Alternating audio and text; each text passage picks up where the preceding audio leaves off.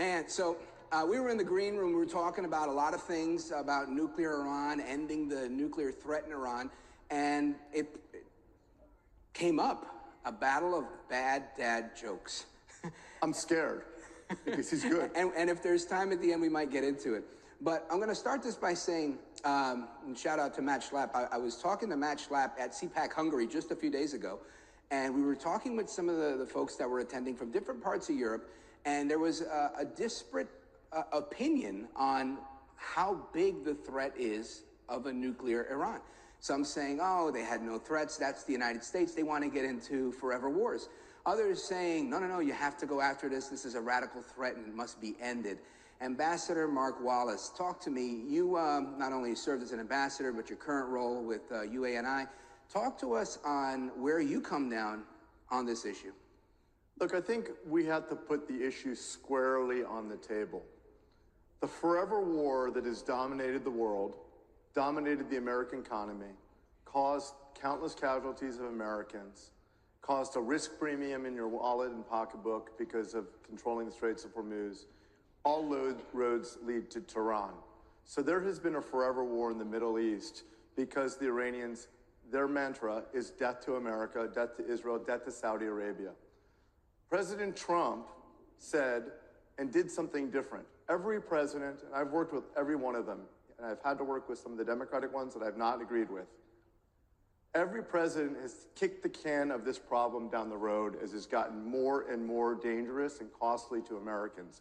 For 47 years, Americans have been dying, and our allies have been dying at the hand of Iran and its proxies. And for 47 years, you all have been paying countless more dollars when you fill up your tank of gas because the major terrorist state in the world controls the Strait of Hormuz. The president saw two things.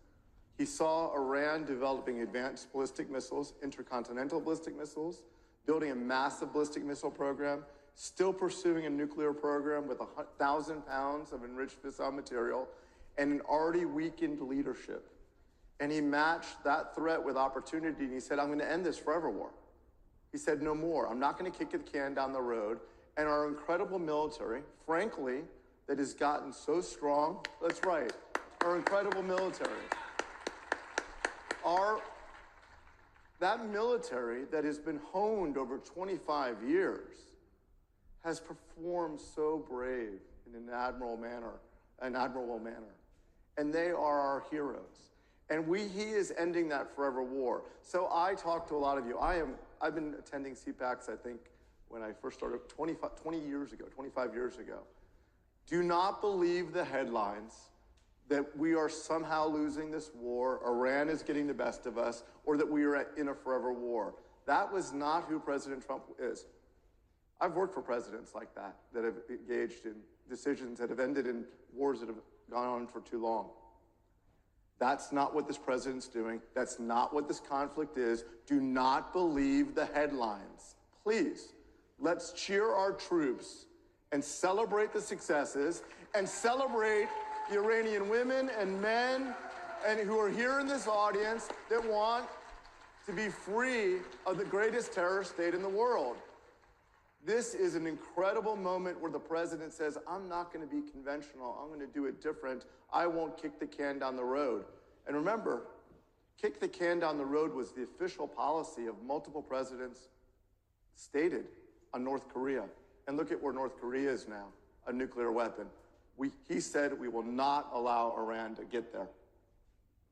Ambassador Mark Wallace, you mentioned something about disinformation and how disinformation is permeating the airwaves, and as President Trump would say, because of the fake news, right? The fake news in the back. But I think it's more than the fake news. I think they're actively trying to disinform and using propaganda to make this a cultural divide in America, to try and divide those that were against the nuclear Iran, to get them in different disparate factions. Talk to us about the role that disinformation is playing at this current time. I did a television show, a big one the other day, and the host is a friend of mine. He pulls me into the green room, pulls up his computer, and he goes, look at these headlines. World war breaking across the world, America facing defeat in Iran. And he goes, Mark, I've never seen the fake news. And this was a friendly place, mostly. And I said, it's also a little bit in this network where he goes, I know. It's as if we can't get past the real news because we do things in secret. Our military doesn't broadcast necessarily its ongoing efforts and its ongoing actions. But the fake news that is somehow trying to drive a wedge in the Republican Party and in this crowd, I think is dishonest and dishonorable. Look, it's just dishonorable. Americans are in harm's way. Now, I won't say to any person in this crowd or any speaker that doesn't agree with it. That's our right. We're a big party, we're a big tent, and that's fine. But it is dishonorable when the conventional news media puts out news, and I'm friends with a lot of them. I see it, and he goes, but Mark, it's ratings. I hear this from all of them, and we don't have anybody else who'll say it, and criticizing President Trump is the thing to do. But let's be serious. He is ending the Middle East forever war right now.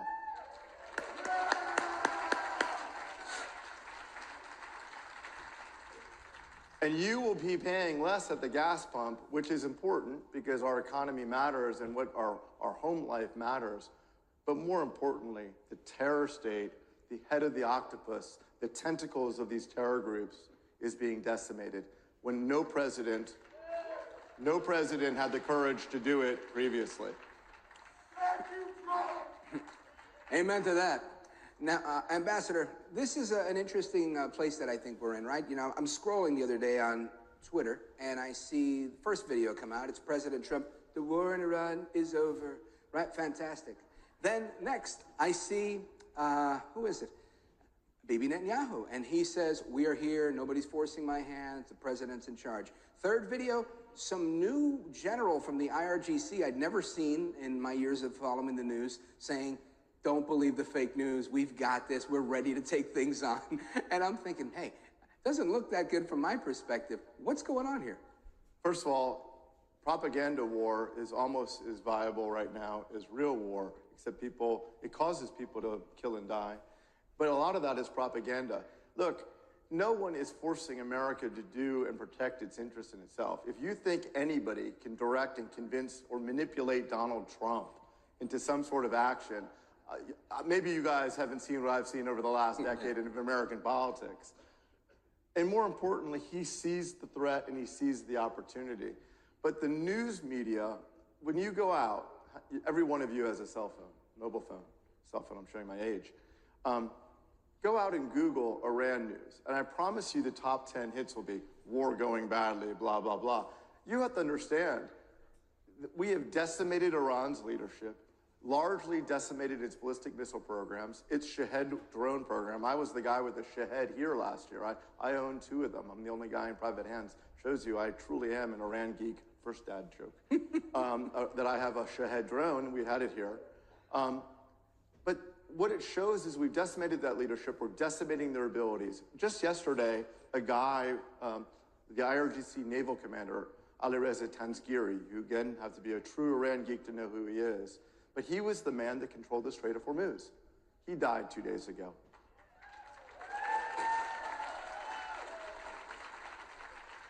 We had called for his designation and his killing years ago.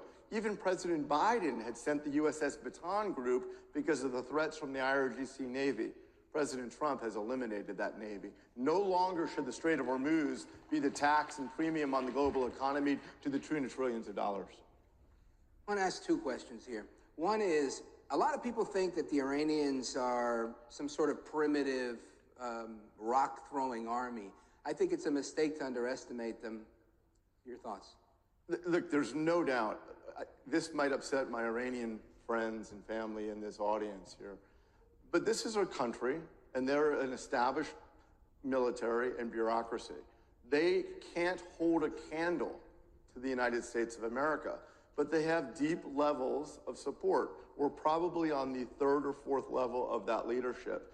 And the Ayatollah, before his timely demise, made sure he purified and made sure that these guys were true believers. But we are getting to the point where one of them is going to say, no longer am I going to shoot women in the eye.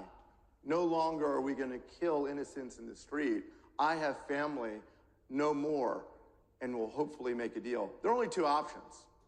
The regime's going to fall, period. The question is, the regime's going to fall.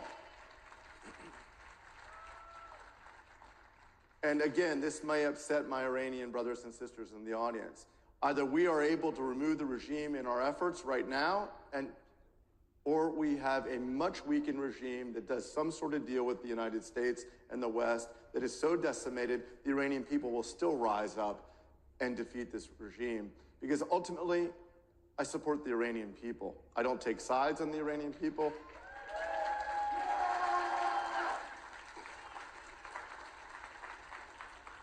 It is not for us to say to the Iranian people how they will have their next government. It's up to the Iranian people. And they are brave, and they are courageous, and they are willing to go into the streets.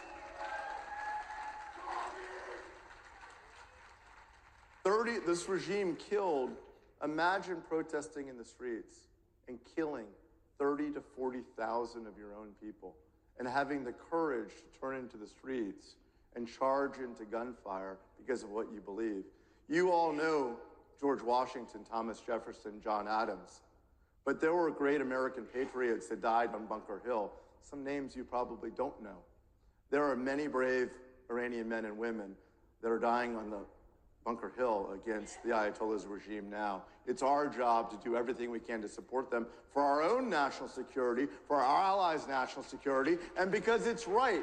The Iranian people are brave and courageous. Ambassador Mark Wallace, we've got a couple of minutes left, and I want to cover two things if we can. The first one being, you said we've gone through a couple of layers of IRGC. One of them being the Ayatollah, Ali Khamenei, right? Out. Next, Moshtaba. Nobody's seen this guy, the son. Who knows if he's alive? How far deep do we have to go to eliminate the radicalized element that exists within the Islamic Republic of Iran? It's a very good question, and I don't know the answer. Because I know, and I'm happy to talk to you all about it, I know the names of all the leadership, multiple layers. I do this for a living. I've been doing this longer than almost anybody in the world. And I know them by name. I know who they are, and most of them are dead. The likely next interim leader is probably somebody I don't know, and our intelligence services don't know. And that they will rise up and say they're no longer going to attack the brave men and women of Iran, and they no longer want to die from a drone strike or a missile strike, and they want to move on. And that will be complicated for the Iranian people because it could be a regime person, and we have to be honest about that. But the reality is, the next one, if it's internal, it's somebody that we likely don't know, or if the Iranian people rise up when it's safe to go on the streets, which we've seen their willingness to do in the past, it could be one of the brave organizers of that opposition. Ambassador Mark Wallace, I want to thank you, and I want to ask you a question. Right, I'm walking down the street. The honorific for a guy like me, and like most of the people here, is Mr. Sir. I'm a talk show host. But the honorific for a guy like you is Your Excellency. Talk to me about how often do people call you Your Excellency, and do you when they say sir, do you go, no, it's Your Excellency? I agreed to do this with you, but I did know that you turned your back on me in the green room, and I was a little upset that you didn't show me the respect of not walking out backwards. I will do this again, but I expect Excellency, the honorific, and ambassador. The best dad joke is having the title ambassador in the United States. It's a big deal everywhere else, but we're Americans. We don't go by titles. That's not who we are, right? But no turning your back on me. That's it. No turning your back on me. Ambassador Mark Wallace, I want to thank you. CPAC, I want to thank you too. This is such an interesting issue, an issue that I think is going to continue to affect both Americans and Persians alike and everybody in the region. And it's my hope that we come up with a solution that will secure the strait and allow the Iranian people to move forward. Thank you, sir. Have confidence in President Trump. It's okay to have different opinions, but don't believe that news media. We are ending a forever war right now. Thank you all.